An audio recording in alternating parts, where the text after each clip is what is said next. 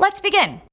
We'll look at each icing protection subsystem in the order in which they appear on the pilot's bolster panel. Your VisionJet's external probes, 2 pitot tubes, and an angle of attack vane are protected from ice using electric heaters built into these devices.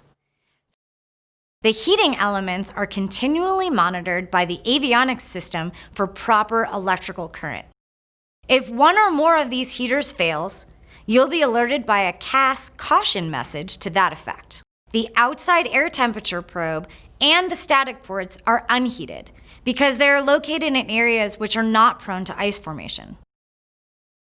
Probe heat is considered anti-icing equipment because it's turned on as a preventative measure rather than waiting for ice to form.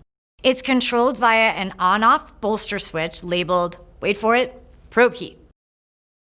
It's important to check the pitot probes and stall warning vane for proper heater operation on your pre-flight inspection.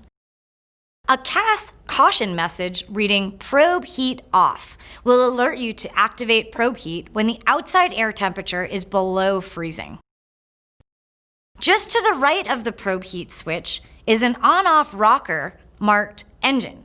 This controls the heating of 2 things, the engine inlet and the engine temperature and pressure probes.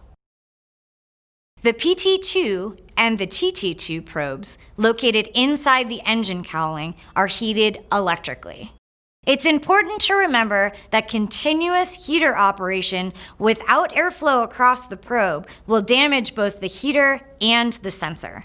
You can operate it when you're on the ground, but not without the engine running.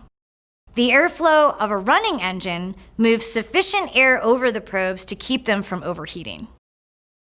The engine IPS switch also sends high-pressure bleed air through jackets surrounding the interior of the distinctive polished engine inlet D chamber, keeping the inlet assembly free of ice. This is important because ice, or any object really, entering the engine will impact and potentially damage the fan blades. When pre-flighting your VisionJet in cold weather, be sure to check the engine inlet area for ice and snow. If any contamination is suspected, ensure the fan rotates freely prior to a start attempt. If it doesn't, the immobilized N1 rotary group will impede airflow through the engine and cause a hot start, potentially damaging the engine. A few things to keep in mind regarding engine IPS operation and limitations. It should be activated whenever you're in icing conditions, which is defined as an outside air temperature below 5 degrees Celsius with visible moisture present. This includes during ground operations. When operating in falling or blowing snow conditions prior to takeoff, a static run up to 70% N2 for 30 seconds is required every 10 minutes. If you conduct this on the taxiway, be sure the area behind you is clear. If you plan to conduct the run-up on the runway prior to takeoff, be sure to inform ATC of your plan. Anytime high-pressure air is being bled from the power plant, a reduction in engine performance will result. Your VisionJet's manuals will quantify the reduction in performance for any phase of flight.